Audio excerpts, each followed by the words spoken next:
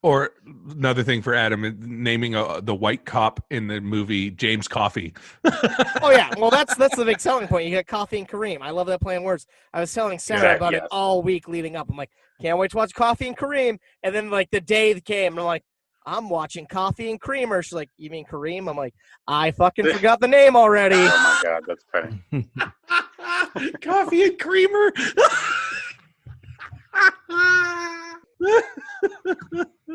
There's the name of the episode.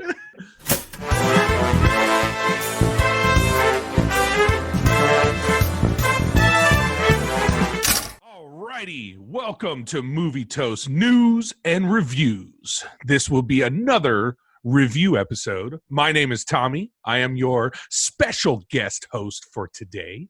With me, as always, is my co-host Adam. Now, when you say special, what do you mean by special? Special meaning just for today. All right. Thank you for clarifying. You're welcome. Also, another co-host, we have Cory. Hello. And yet another co-host, we have Dennis. Hey, Toasters. We got the quadruple co-hosting going on today. You guys want me to start off? Sure. The movie that I'm going to be reviewing, I know this is not usual for the host to start, but you guys know I love talking. So, you never. So the movie I'm going to be reviewing for this episode is called Limitless. Came out in 2011, starring Bradley Cooper. What is Limitless about? I'm so glad you asked me that. With the help of a mysterious pill that enables the user to access 100% of his brain abilities, a struggling writer becomes a financial wizard. But it also puts him in a new world with lots of dangers. That's courtesy of IMDb. Now let me explain in my own words what the movie's about. You see this guy, Bradley Cooper. He's got hair like me, all like long and just looks like it needs a comb. He's not shaven, really just down on his luck, kind of. We're talking about Bradley Cooper. When we jumped in, I thought Bradley Cooper was in the show when I started up the video. And he's got a book deal. However, he's got writer's block, and he's really behind in his work. His girlfriend breaks up with him because he's going nowhere. Anyways, the ex-brother-in-law joins him for a cup of coffee. And while they're drinking, he's like, hey, I got this thing that's going to help you write your book. And he explains what the pill is. It's called NZ-17 or something like that. And he said, you know how the rumor is that we only access 20% of our brain? Well, this pill lets you access it all. Damn. And then he basically, as he's walking back, he forgets about the pill. He reaches for his keys, sees the pill, and goes, what's the worst that could happen? He's already basically at the bottom, the lowest that he's been ever. So he said, what the hell? You know, I think a lot of us have been there at that point before, maybe. I know I have. And so he's just like, why not try it? And then the rest of the movie is just him dealing with the, I would say, after effects and consequences and benefits of taking this pill. Dealing with pharmaceutical companies, gang people that are affiliated with selling drugs and stuff like that. And it's a roller coaster of a movie. I really enjoyed it. I watched it a couple times back when it came out, and then it just kind of haven't seen it since, and watched it last night. It was amazing. They did a CBS procedural on this, and in the pilot, Bradley Cooper played his character. Now he's like the mayor, the governor of the city. Oh, wow. And he warns the guy, don't fuck with these pills, I think. Of course. So Bradley Cooper's father at the time that they were filming the movie was ill with terminal cancer.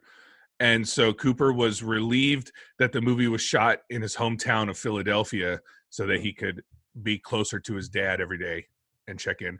Interesting one here, though. Shia LaBeouf was originally cast as Bradley Cooper's character, but had to drop out after badly injuring his left hand in a car accident. I could see Shia LaBeouf playing Eddie Mora. I feel like it'd be a different movie, but if it could be a good movie. Yeah.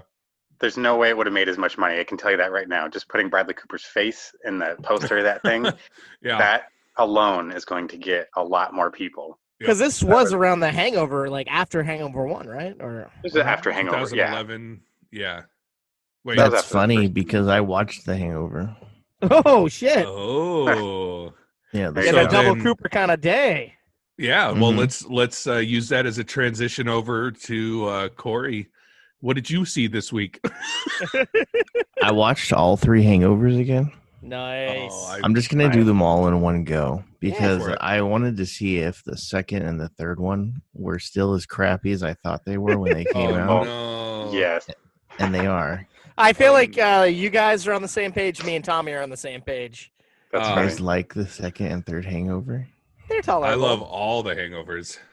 No, that's Adam. You worded it best. They're tolerable. But the They're third not has the first one. John Goodman, so I like that a lot. Your I think the default second John one Goodman is the setting. most underrated of the 3. It's pretty underrated. But let's I see what watched- Cory has to say. Sorry. I watched all 3 of them, and the first one actually, I think I watched the director's cut or the extended edition of the first one because the pacing was all off and it ran slower, and there were scenes in there I didn't really remember. Okay. First one holds up as long as you watch the theatrical edition. Don't Now, watch the extended edition. Did the jokes just go too long and dragged out, or was it like... Yeah, the scenes lingered, and the jokes they did were not funny or gross. Way over the top. Or awkward. It wasn't... They extended the scenes in the beginning with the dad. And you have a lot of improv actors that are, all together. So I feel like that's what it seemed like. Yeah. Yeah. It seemed like they did a lot of improv, and in the movie they had enough sense to cut them out. But then for the extended edition, they just took the best take or something. And that's just, I don't know what they did, but that's what it seemed like. The first one's still good. Man, the things you could get away with saying just in 2009 when this came out that you just cannot even say anymore. Is it wrong when you first said that? I was picturing paging Dr. Stu. Yeah. Mm-hmm. That one, and there's a bunch of them. And it's still funny as long as you have a sense of humor. You don't take things too seriously. Yeah. Second and third one's still bad. It's still bad. For those living under a rock, want to give a summary of what they're about? The first 2 movies are about these 4 guys who do the first one they do roofies accidentally. They have a crazy night, and the next morning they have to do like a detective kind of thing to figure out what they did the night before, and it's ridiculous. In order to find the groom. The groom, yeah. And they wake up with like a chicken and a lion and like a baby in their bedroom. Classic. And the second one, they do the same thing, but in Bangkok. And then in the third one, it becomes a action movie, action adventure. Still a mystery, but not funny, and it doesn't follow the premise of the first 2. It is oddly dark. Third one, that's a weird road definitely. Movie. Yeah, it just the second and third ones are obviously to make more money. And I know they always say Bradley Cooper doesn't want to be there. It looks like he doesn't want to be there. He definitely doesn't want to be there for this. Seriously? You don't think so?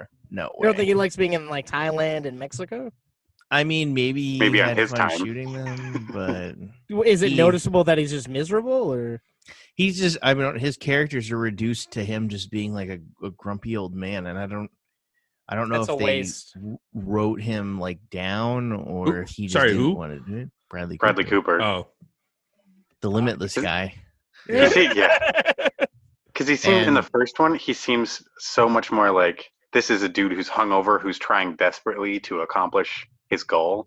Mm-hmm. And I feel like the other ones are just like, you're right. When he's in Bangkok, it's like, fuck, now we got this to do. Like, but every scene, I don't know. But it's also been a while since I've seen it. The first movie opens up with a picture of his face in the desert on the phone saying, "We fucked up." It's so much more. I think it's just better written better. And he kind of knows that. He starts off by like saying that fucking I forget his name, Zach Galifianakis' character. He's like, "Oh, you roofied us again, didn't you?" It was he already knows what the fuck happened. Yeah, he's like, "We've been here, we've done that." That leads to an interesting trivia from the third movie. Bradley Cooper, Ed Helms, and Zach Galifianakis had to be convinced to do the third film since they believed the storyline had lost its appeal. However, they agreed after getting paid on the back end, as well as their $15 million salary, to do the third film as long as there wasn't a fourth film. Shit. Nice. Well, there you go. Yeah, there you they'll go. fit in too. And they all stated that the first film was their favorite. Oh yeah, easily. So would you say the first one's a green light and the other two are like major red lights, or is there yellow light material? That's what I'd say. I'd pretend the second and third one don't exist. Shit. Now, if they weren't the Hangover, do you think they'd be good? If different characters, different actors? Nope. Wow. I mean, like, the second one is a rehashing of the first one, and like, okay, for example, they did Bridesmaids, which is basically someone being like, "What about a girl version of The Hangover?" And everyone loves that movie, and I don't even like that movie. I'm with you on that. It's a rehash. It's the same thing. So to answer your question very directly, no, because that's happened, and I don't like the movie that did it. I don't know. I would like to argue Bridesmaids has a little bit more heart to it. There's a little more emotion. The brow of the comedy is definitely in the same place, but there isn't quite as much heart in Hangover. Of course, you have the bonding between these friends, and they find the groom and all that stuff. But I just feel like Bridesmaids goes a different enough direction, at least for me personally. I just had to throw that out there. But I do totally see the parallels, especially since they weren't that far apart when they came out. And then in The Hangover 3, we bring in, it's 3, right, where we bring in Melissa McCarthy into the movie, Hangover? Yeah. Oh, yes, that's right. Yep. Who's Melissa McCarthy? Oh, she's yeah. the pawn broker lady. Shop. Fine. Hey, Mom! Yeah. The baby from the first movie was Ghostbusters lady, right? Yeah. Oh, you were asking General Melissa McCarthy was? Yeah. I just forgot. My okay. Spy or whatever. Yeah. Right. Yeah. Gotcha. The baby from the first movie was brought back as the toddler in the third movie. Huh. Oh yeah, cool. I think that was. Oh, did you guys know Zach Galifianakis wore a prosthetic belly for the third movie because he had lost so much weight in 2012? I believe that. Yeah, he did get fit after like the first or second movie. Yeah. Huh. That's interesting. I did not know that. The thing that I always think of when I watch the first one is the fact that Todd Phillips wanted Lindsay Lohan as the stripper, and she turned it down. Yeah. How much do you think she is kicking herself in the ass? She could have had a comeback. Right. I still think Heather Graham was. I think she did it better. Perfect fit. The original script for the second Hangover, Zach Galifianakis' character was meant to have his beard shaved instead of his head, and Zach Galifianakis said, "Nope, not gonna." Yeah, good call. Hair was a drastic change enough. So now, Cory, I know I'm beating a dead horse here. I think I know the answer, but was there anything slightly redeemable in part 2 or part 3, or nothing that even got you? No. Okay. So then, Dennis, what you got a movie to share for us? Actually, if Mr. Hart is up for it, I think we can tag team a movie. Oh, we're gonna double team? Yeah, I was waiting for this. Yeah. All right. Ready? Well, what you guys got for me? We are both bringing to the table Netflix release. Coffee and Kareem. So Ed Helms has recently started dating Taraji's character. They're living in Detroit. He's a cop. She's a nurse in the hospital, and she's got a 12-year-old son that he's a little apprehensive of his mom dating some white cop, and he likes to think he's kind of a thug in his class, and he talks a lot of big game. Decides, you know what, I'm going to scare this cop away. I'm going to hire a real gangster to fuck him up for me and get him out of my mom and our lives. Because initially, Officer Coffee was waiting in his car for the boy Kareem to go to school. Him and his mom start fucking.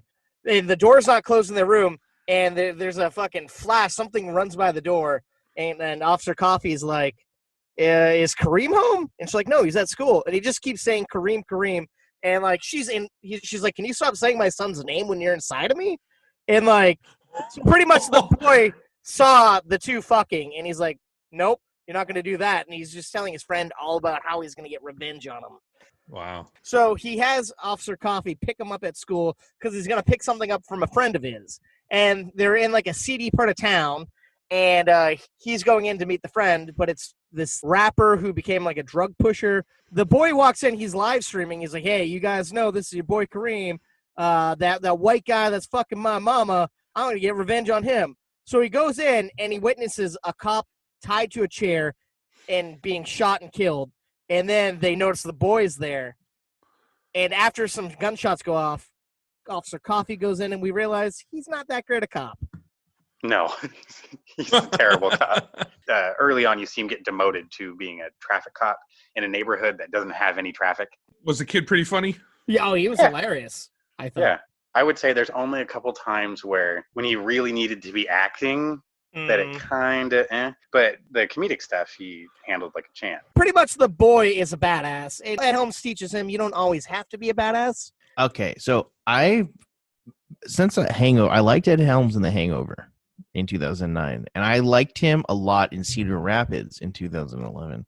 And ever since 2011, which for those of you who don't know what year it is, it's 2020. For the last 9 years, I've been trying to find an Ed Helms movie that doesn't suck hardcore. Is that this movie? Yeah, there's a lot of individual things that are really funny in the movie. I liked the cast was surprising. I had no idea Betty Gilpin and David Alan Grier were in it as well. But I mean, I feel like this is probably the best Ed Helms movie that we've had in some time. Like, because he's not a character we've seen. I feel like. Oh, okay. You got any Tommy's trivia? There's only 2. I think there might be more trivia later, but there's only 2 items in the trivia, and it says the captain's name is Walter Hill, who's the director of 48 Hours, which also features a white cop and a black sidekick. And then the second item is 3 of the posters are similar to posters of 48 Hours, Beverly Hills Cop, and Die Hard. Huh, that's kind of cool. Oh, cop movies that are good. Gotcha. In this movie, I feel like we're going to have similar answers, Adam, for our ratings, but it's not like rush out and see this thing that's definitely going to make you laugh for 90 minutes. It was funny. I'll give it a yellow light, but I will say it's more refreshing than all the other movies that Netflix has been releasing. Like, I feel like every movie they're bringing out right now is more actiony, more serious, more drama. More drama, yeah. Yeah, and this is like a lighthearted. If you want to laugh right now in the quarantine times, you can. Can I call mine a yellow light with like just a slight tinge of green? Like, if this is something you were like, it really depends on your taste and what you're in the mood. All right, let's do this. I'm gonna say it's a green light on my end. You can call it a yellow light on your end. People can meet in the middle. And it'll average out to that little tinge. Yeah. Okay. It's like I thought it was funny. I had no expectation going into it either. Just all I did was literally watch the trailer right before starting it. But yeah, it's a yellow light as to try to cover all the bases. Let's put it that way. I was looking forward to this one personally. I saw the trailer. I'm like, Ed Helms. Like Cory said, I haven't seen a good Ed Helms movie in years. I'm like, this actually looks like it could be one. And in my opinion, it paid off. All right. Anyone else have any last things they'd like to add? Please follow us on Instagram, Twitter, Discord, Reddit at movie_toast. Really get at us. Right now we're running a series. If you got a favorite movie and you want to talk about it, hit us up and we might have you on a YouTube show. Ooh, there you go. Yeah, come check it out, folks. Great. All right. Well, that's it for today.